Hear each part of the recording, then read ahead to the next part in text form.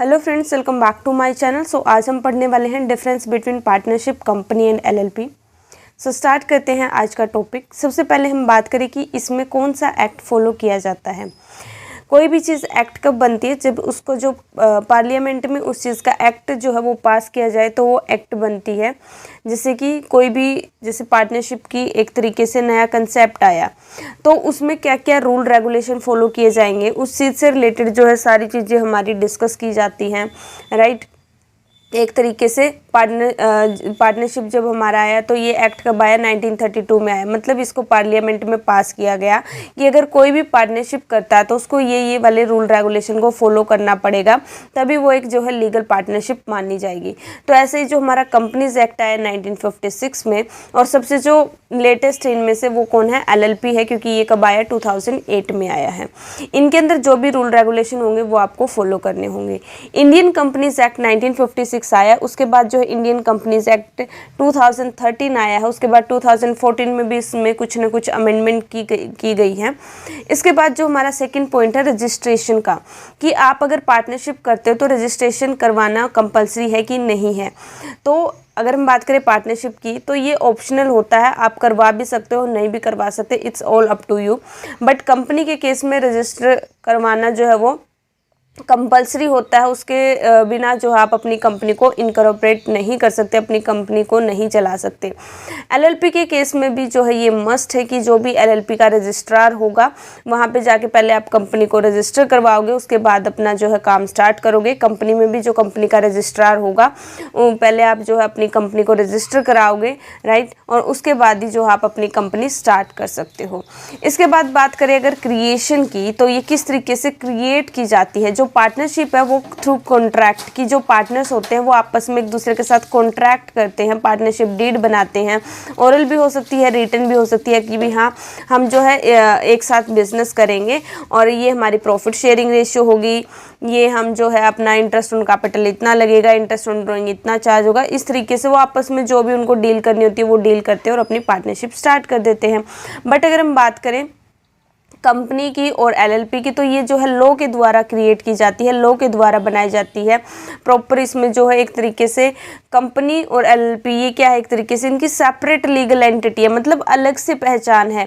Partners में अगर हम पार्टनरशिप में देखें तो यहाँ पे कोई भी सेपरेट लीगल एंटिटी नहीं है। किस तरीके से कि हम यहाँ पे जो हमारे पार्टनर और जो हमारी फर्म है दोनों को एक ही चीज़ मानते हैं, उनको एक दूसरे से अलग नहीं मानते। But in case of company and LLP दोनों की अलग अलग पहचान है। कंपनी का जो ओनर है और जो कंपनी है दोनों की अलग पहचान है, अलग आइडेंटिटी है।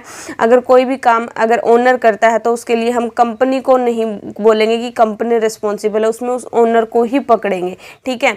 बट पार्टनरशिप में क्या होता है कि कोई भी पार्टनर अगर काम कर रहा है तो उसके लिए पूरी फर्म जिम्मेवार होती है, पूरी फर्म रिस्पॉन्सिबल होती है।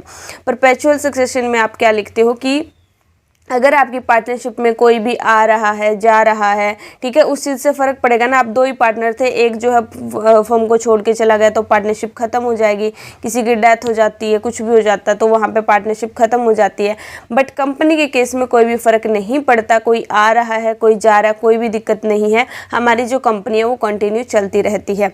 यहाँ पे जो है क्विटेंस लिखा हुआ है, मतलब अगर कोई जो है आपकी फर्म को छोड़ के चला जाता तो उस केस में जो है हमारी फर्म जो है जो कंपनी है वो कंटिन्यू चलती रहेगी, इस चीज़ का कोई भी इफेक्ट नहीं पड़ेगा, कोई भी आए या फिर जाए। सेम परपेचुअल सक्सेशन हमारा एलएलपी में भी होता है कि कोई भी इफेक्ट नहीं पड़ता, कोई भी चाहे किसी की एंट्री हो रही है चाहे वो फर्म छोड़ के जा रहा है, हमारा जो बिजनेस है वो हमारा कंटिन्यू चलता रहेगा। इसके बाद हमारा नेक्स्ट पॉइंट आता है ओनरशिप ऑफ एसेट। तो अगर हम बात करें इन केस ऑफ पार्टनरशिप, यहाँ पे जो है पार्टनर्स जो है वो क्या एक तरीके से जितने भी जैसे आपकी फर्म के जो एसेट है और जितने भी पार्टनर, उन एसेट के सारे पार्टनर ही ओनर हैं, ठीक है, क्योंकि कोई सेपरेट लीगल एंटिटी नहीं है। अगर फर्म के एसेट है मतलब पार्टनर के एसेट्स है तो यहाँ पे जो है जॉइंट ओनरशिप हो जाती है। But in case of company जो है सेपरेट लीगल एंटिटी है, कंपनी अलग है, उसके मेंबर अलग है, दोनों की अलग अलग पहचान है, तो जो भी एसेट होंगे उनकी ओनर कंपनी होगी ना कि मेंबर्स होंगे। Same in case of LLP independent ownership होती है यहाँ पे भी, तो वो जो है एलएलपी के एसेट होंगे ना कि किसी मेंबर के होंगे। इसके बाद हम बात करते हैं कॉमन सील की। कॉमन कॉमन सील का मतलब क्या होता है, जो स्टैंप लगती है। तो अगर हम बात करें पार्टनरशिप के केस में, तो यहाँ पे पार्टनर की और फर्म की कोई अलग पहचान नहीं है। इस वजह से जहाँ पे साइन की ज़रूरत पड़ती है तो जो है पार्टनर खुद जो है सिग्नेचर कर देते हैं। But in case of company तो वहाँ पे क्या होता है, कंपनी को हम क्या बोलते हैं, आर्टिफिशियल पर्सन है वो। तो जहाँ पे जो हमारी कंपनी की क्या चाहिए होगी, सिग्नेचर वगैरह चाहिए होंगे, तो वहाँ पे जो है कंपनी की स्टैंप लगेगी, राइट। तो बट इसके अंदर जो हमारे कंपनी लॉ के अंदर जो न्यू चेंजेस आए हैं कंपनीज एक्ट के अंदर, उसके अकॉर्डिंग जो है कॉमन सील होना किसी कंपनी की वो कंपलसरी नहीं है। पहले ये चीज़ कंपलसरी होती थी। तो ये एक तरीके से जो कॉमन सील होगी कंपनी की, जो स्टैंप लगती है, वो कंपनी का सिग्नेचर माना जाता है। Same in case of LLP, उसमें भी जो है एलएलपी की कॉमन सील होती है, जो कि एलएलपी का सिग्नेचर माना जाता है। उसको हम एज ए आर्टिफिशियल पर्सन जो है वो ट्रीट करते हैं। इसके बाद जो इसके मेन डॉक्यूमेंट्स होते हैं, बीच में एक पॉइंट रह गया, ये हमारा है क्या, name of entity. Name of entity का मतलब क्या है कि आप अपनी फर्म का, आप अपनी कंपनी का, आप अपनी एलएलपी का जो नाम यूज़ कर रहे हो वो किस तरीके से होगा। तो इन केस ऑफ पार्टनरशिप आपको कोई भी सेपरेट कोई भी चीज़ जो है स्पेशल, उसके अंदर कोई भी वर्ड ऐड नहीं करना पड़ता। सिंपल आप जैसे अपना नाम रखना चाहो वैसे जो है आप अपना नाम रख सकते हो। But in case of company, अगर आपकी जो है पब्लिक कंपनी है तो आपको अपने कंपनी के नाम के पीछे लिमिटेड वर्ड यूज़ करना है, और अगर आपकी प्राइवेट कंपनी है तो आपको जो है अपनी कंपनी के नाम के पीछे जो है प्राइवेट लिमिटेड वर्ड यूज़ करना है। इन केस ऑफ एलएलपी आपको जो है अपने एलएलपी का जो भी आपका नाम होगा उसके बाद जो उसके पीछे जो है ऐड करना है एलएलपी वर्ड। इसके बाद हम बात करते हैं मेन डॉक्यूमेंट की। मेन डॉक्यूमेंट की अगर हम बात करें, डॉक्यूमेंट में हमारे पास क्या आएगा, जो पार्टनरशिप होती है वहाँ पे जो मेन डॉक्यूमेंट होता है वो हमारा होता है पार्टनरशिप डीड। पार्टनरशिप डीड में क्या होता है, एक तरीके का रिटन डॉक्यूमेंट होता है जिसमें जो भी पार्टनर होते हैं वो उनसे रिलेटेड सारी इन्फॉर्मेशन लिखी होती है, और आपके बिजनेस से रिलेटेड जैसे किस तरीके से जितने भी पार्टनर उन सबका नाम लिखा होगा, उनका एड्रेस लिखा होगा, इसके अलावा आपकी फर्म का एड्रेस लिखा होगा, उसके अलावा किसने कितनी कैपिटल कंट्रीब्यूट करी है वो लिखा होगा, आपको इंटरेस्ट ऑन कैपिटल कितना मिलेगा, इंटरेस्ट ऑन ड्रॉइंग कितना चार्ज होगा, इंटरेस्ट ऑन लोन क्या होगा, मतलब हर चीज़ यहाँ पे स्पेसिफाई की जाएगी। आपकी प्रॉफिट शेयरिंग रेशियो क्या होगी। और इन केस ऑफ कंपनी आप बनाते हो, जो मेन डॉक्यूमेंट होते हैं वो होते हैं हमारे एमओए और एओए। एमओए क्या होता है, मेमोरेंडम ऑफ एसोसिएशन, और एओए क्या होता है, आर्टिकल ऑफ एसोसिएशन। इसमें क्या होता है कि आपका मेन ऑब्जेक्टिव क्या है, आपने कंपनी क्यों सेटअप करी है, उसके अलावा जो आपके रूल रेगुलेशन क्या है, किस दायरे तक आप काम कर सकते हो, ठीक है, क्या एक्शन ले सकते हो, वो सब कुछ इसके अंदर जो है वो लिखा होता है। आपकी कंपनी की लोकेशन क्या है, सब कुछ, आपका मेन ऑब्जेक्टिव क्या है, इसके अंदर सब कुछ लिखा होता है। इसके बाद अगर हम बात करें एलएलपी, तो यहाँ पे हमारा होता है एग्रीमेंट, कि एग्री करते हैं एक दूसरे के साथ कि हाँ भाई हमने ऐसे से अपना काम करना है। इसके बाद नेक्स्ट पॉइंट हमारा आता है लीगल प्रोसीडिंग्स। इसमें क्या है कि मान लो कौन बंदा जो है थर्ड पार्टी को, ठीक है, या फिर थर्ड पार्टी जैसे कुछ भी कल को आपस में जो है लड़ाई झगड़े हो जाते हैं, ठीक है, पार्टनरशिप के और थर्ड पार्टी के बीच में, तो सिर्फ जो है रजिस्टर्ड पार्टनरशिप यानी जिसने खुद को रजिस्टर करा हुआ है वही जो है थर्ड पार्टी को एक तरीके से उसके ऊपर केस कर सकती है। अगर वो जो है रजिस्टर नहीं है तो वो जो है केस नहीं कर सकती थर्ड पार्टी पे। बट अगर हम बात करें कंपनी की और जो है एलएलपी की, तो ये क्या है, लीगल एंटिटी है, लॉ के द्वारा बनाई गई है, तो यहाँ पे जो है ये थर्ड पार्टी को जो है उसके अगेंस्ट जो है वो फाइल कर सकती हैं। इसके बाद जो है फॉरेन पार्टिसिपेशन, तो हमारे पार्टनरशिप में जो फॉरेनर है वो जो है एज अ पार्टनर काम नहीं कर सकते। कंपनी के केस में कर सकते हैं और एलएलपी के केस में भी कर सकते हैं, जो भी हमारे रेस्ट ऑफ द वर्ल्ड से रिलेटेड बंदे हो गए, ठीक है, हमारी कंट्री के नहीं है, दूसरी कंट्री के हैं। इसके बाद हमारे पास आता है number of members. Number of members की अगर हम बात करें, जनरल बिजनेस है अदर देन बैंकिंग बिजनेस, तो उस केस में मिनिमम आपके पास 2 होने चाहिए, क्योंकि पार्टनरशिप कर रहे हो तो कम से कम 2 बंदे तो होने चाहिए। कल्ला होगा तो क्या हो जाएगा, सोल प्रोप्राइटरशिप हो जाएगा। मैक्सिमम जो है यहाँ पे ये गलत लिखा हुआ, यहाँ पे आएगा कितना, 50, ठीक है, अकॉर्डिंग टू 2014 रूल। यहाँ पे जो है मैक्सिमम पार्टनर कितने हो सकते हैं आपके पास, 50 हो सकते हैं, 50 से ज़्यादा नहीं हो सकते, तो ये आप चेक कर लेना। इसके बाद जो है बैंकिंग की अगर हम बात करें तो यहाँ पे मिनिमम 2 हो सकते हैं और मैक्सिमम 10 हो सकते हैं। इसके बाद बात आती है कंपनी की। तो अगर आपकी प्राइवेट कंपनी है तो मिनिमम मेंबर होंगे 2, मैक्सिमम होंगे 200। पब्लिक के केस में मिनिमम 7 होंगे, मैक्सिमम की कोई भी लिमिट नहीं है, जितने मर्जी हो सकते हैं। एलएलपी के केस में मिनिमम होंगे 2, मैक्सिमम जितने मर्जी हो सकते हैं, कोई भी लिमिट यहाँ पे डिफाइन नहीं की गई है। इसके बाद बात आती है लायबिलिटी की। तो पार्टनरशिप के केस में जो है आपकी अनलिमिटेड लायबिलिटी है, ठीक है, कि अगर कल को कुछ भी लॉस वगैरह होते हैं तो हम पार्टनर से जो है उनसे जो है वही है कि वो अपने पर्सनल एसेट यूज़ करेंगे, घर से पैसा मंगवा सकते हैं। बट अगर हम बात करें कंपनी के केस में तो जितने आपके शेयर हैं, ठीक है, तो आपसे उतने ही पैसे डिमांड कर सकते हैं, उससे ज़्यादा नहीं कर सकते, तो यहाँ पे लिमिटेड लायबिलिटी है। इन केस ऑफ एलएलपी यहाँ पे भी आपकी जो लायबिलिटी होती है वो कैसी होती है, लिमिटेड होती है। तो एक तरीके से पार्टनरशिप और कंपनी को प्लस करके हमारा एलएलपी बनाया गया है। कुछ फीचर्स इन्होंने पार्टनरशिप में से उठा लिए, कुछ इन्होंने कंपनी में से उठा लिए और दोनों को मिलाकर बना दी एलएलपी, क्योंकि इन दोनों के कुछ न कुछ डिसएडवांटेज थे और उस वजह से जो है एलएलपी को यहाँ पे लेके आए हैं। इसके बाद हमारा नेक्स्ट पॉइंट आता है एजेंसी रिलेशनशिप। तो जितने भी पार्टनर होते हैं वो एक दूसरे के एजेंट होते हैं, साथ में फर्म के भी एजेंट होते हैं। मतलब वो अपने एक्शन से जो है फर्म को भी बाउंड कर सकते हैं। हर पार्टनर दूसरे पार्टनर के लिए रिस्पॉन्सिबल होता है, मतलब वो कोई भी एक्शन लेगा तो वो दूसरा भी उसके साथ फंसेगा, ठीक है। तो एक दूसरे के लिए लाइबल है, एक दूसरे के एजेंट हैं और जो है एक दूसरे की बात भी माननी पड़ेगी, कोई भी काम करोगे एक दूसरे की कंसेंट लेनी पड़ेगी। But in case of company, director are the companies agent, not of the members. जो डायरेक्टर हैं वो मेंबर्स के एजेंट नहीं है बल्कि किसके हैं, कंपनी के हैं। And in case of LLP every partner work like an agent of LLP, not to the other partner. तो हम एक दूसरे के लिए काम नहीं कर रहे हैं, हम अपनी फर्म के लिए काम कर रहे हैं, हम अपनी एक तरीके से एलएलपी के लिए काम कर रहे हैं, लिमिटेड लायबिलिटी कंपनी के लिए काम कर रहे हैं, लिमिटेड लायबिलिटी पार्टनरशिप के लिए काम कर रहे हैं, ठीक है। तो मतलब आप अपनी ऑर्गेनाइजेशन से जुड़े हो, ना कि ये है कि भाई हाँ पार्टनर की कंसेंट लेनी पड़ेगी, बिल्कुल ही मतलब उनके साथ ही चलना पड़ेगा, उनकी कंसेंट के बिना आप कुछ काम नहीं कर सकते। अगर एक बंदे ने कुछ काम किया तो उसके लिए दूसरा भी रिस्पॉन्सिबल होगा, ऐसा नहीं होता इन case of company and LLP. इसके बाद नेक्स्ट पॉइंट हमारा आता है जनरल ट्रांसफरेबिलिटी, कि अगर मान लो आप अपना शेयर किसी और को ट्रांसफ़र करना चाहते हो तो इन केस ऑफ पार्टनरशिप जो है कोई भी पार्टनर अपनी मर्जी से अपना इंटरेस्ट किसी और को जो है ट्रांसफ़र नहीं कर सकता जब तक वो बाकी पार्टनर की कंसेंट ना ले ले।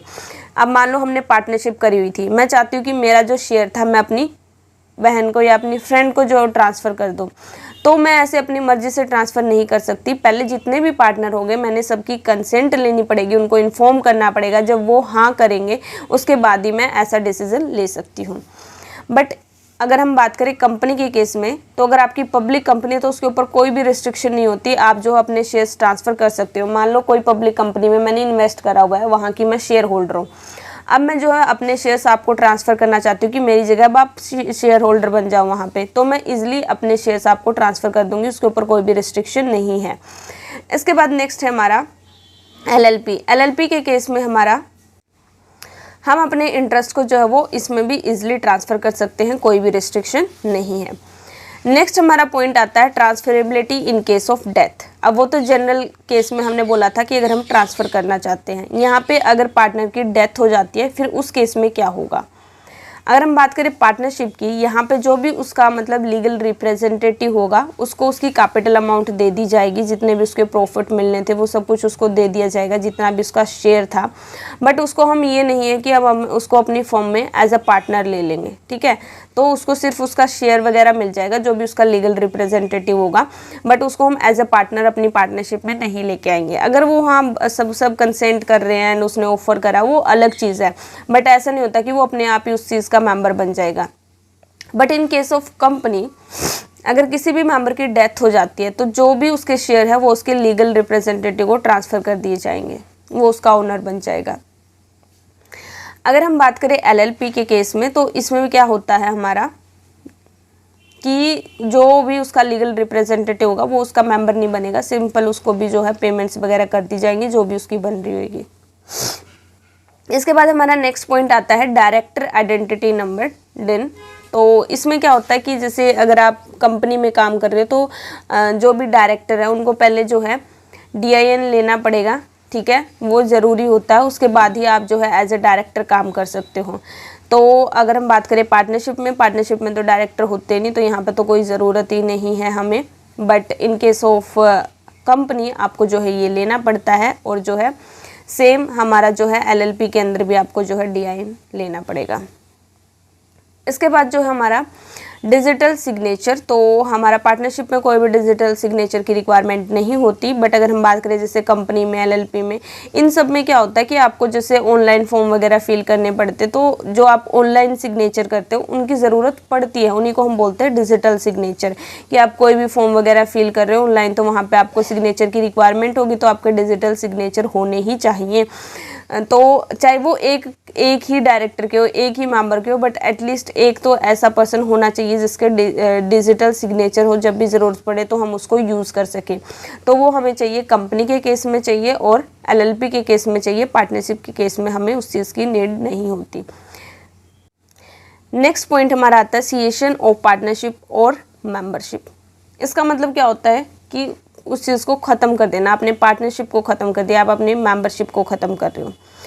तो as per the partnership agreement an individual can have cessation of partnership. 2 partner थे, एक छोड़ के चला गया, तो पार्टनरशिप उसके पास इतना दम है कि उसके जाने से जो क्या हो सकता है, वो पार्टनरशिप को ख़त्म कर सकता है। जब चाहे वो पार्टनरशिप जो है वो छोड़ के चला जा सकता है, जब भी उसका मन करे। सेम अगर हम बात करें कंपनी के केस में, तो जो भी मेंबर है वो अपने शेयर को डिस्पोज कर देंगे, और जो है कंपनी को जो अपनी मेंबरशिप है वो तोड़ देंगे एक तरीके से। LLP के केस में अगर आपका एग्रीमेंट है, ठीक है, तो आप उसके अकॉर्डिंग ही अपनी पार्टनरशिप को छोड़ के जा सकते हो। बट अगर कोई भी एग्रीमेंट नहीं है, तो आपको पहले प्रायर नोटिस देना पड़ेगा, मतलब 30 दिन पहले आपको नोटिस देना पड़ेगा कि आप LLP को छोड़ना चाहते हो, उसके बाद आप छोड़ के जा सकते हो। इसके बाद नेक्स्ट पॉइंट आता है रिक्वायरमेंट ऑफ मैनेजरियल पर्सोनल। तो इन केस ऑफ पार्टनरशिप जो भी पार्टनर होते हैं वो खुद जो है देखेंगे सारा काम, जो भी डे टू डे एक्टिविटीज़ होगी वो सारा जो है काम करेंगे। In case of company shareholder appoint कर देते हैं डायरेक्टर को, और जो भी आपकी कंपनी की एक्टिविटीज़ है उनको कौन देखते हैं, डायरेक्टर देखते हैं। तो यहाँ पे डायरेक्टर अपॉइंट करते हैं, एक मीटिंग होती है जिसके अंदर शेयर होल्डर देखेंगे भाई किसको डायरेक्टर बनाना है, और फिर वो डायरेक्टर ही जो है आपकी डे टू डे एक्टिविटीज़ को देखते हैं। इसके बाद अगर हम बात करें हमारे जो है LLP की, तो इसके अंदर जो है हमारा क्या होता है, वही किसको अपॉइंट किया जाता है, डेजिग्नेटेड पार्टनर अपॉइंट करे जाते हैं, जो कि आपकी डे टू डे एक्टिविटीज़ को देखते हैं। नेक्स्ट पॉइंट हमारा आता है मीटिंग्स का। तो पार्टनरशिप में तो कुछ भी ऐसे मीटिंग से रिलेटेड कोई भी प्रोविज़न नहीं है कि आपको इतनी मीटिंग करनी ही करनी है। But in case of company यहाँ पे होती है प्रोविजंस कि हाँ भाई एनुअल मीटिंग होनी चाहिए, जनरल मीटिंग होनी चाहिए, इतनी 3 मीटिंग होनी चाहिए, इस तरीके से मतलब प्रोविजंस दिए गए हैं हमारे एक्ट के अंदर। सेम हमारा LLP में कोई भी प्रोविज़न नहीं है मीटिंग से रिलेटेड कि आपने इतनी मीटिंग करनी है एंड ऑल। इसके बाद है एनुअल फीलिंग। एनुअल फीलिंग में हमारे जो है पार्टनरशिप में कोई भी ज़रूरत नहीं होती कि हमने जो भी हमारी फर्म का रजिस्ट्रार है उसको जो है सारी अपनी रिटर्न सबमिट करवानी है, अपनी बैलेंस शीट ये वो परफॉर्मा जो भी है। तो पार्टनरशिप के केस में तो ऐसा कुछ होता नहीं है।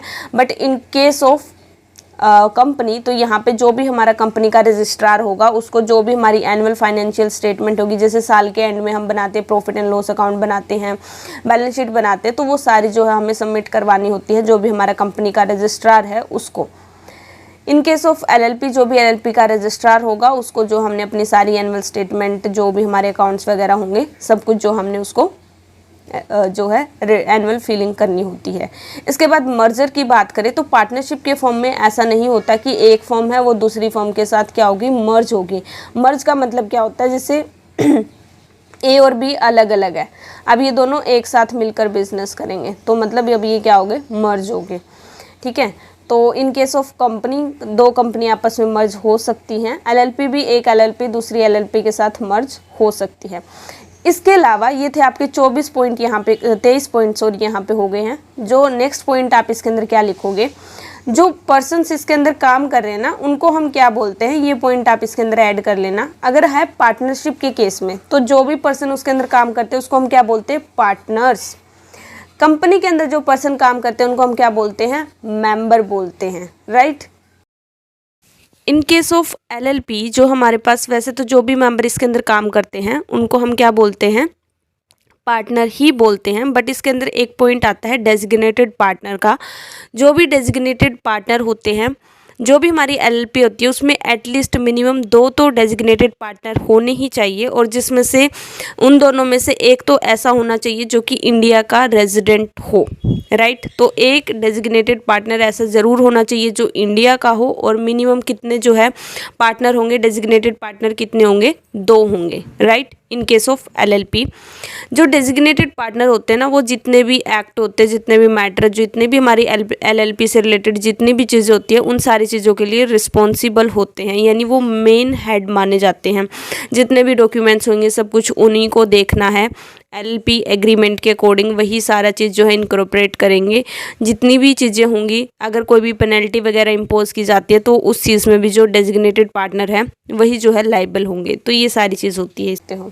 सो गाइज, आज की वीडियो में इतना ही। Thank you so much for watching this video. Please like, share and subscribe. Business law की प्लेलिस्ट का लिंक मैं आपको डिस्क्रिप्शन बॉक्स में दे दूँगी। अगर कोई और चैप्टर आपको पढ़ना तो वहाँ से आप देख सकते हो, और कोई भी डाउट है तो आप कमेंट बॉक्स में बता सकते हो। Bye bye, take care, have a good day.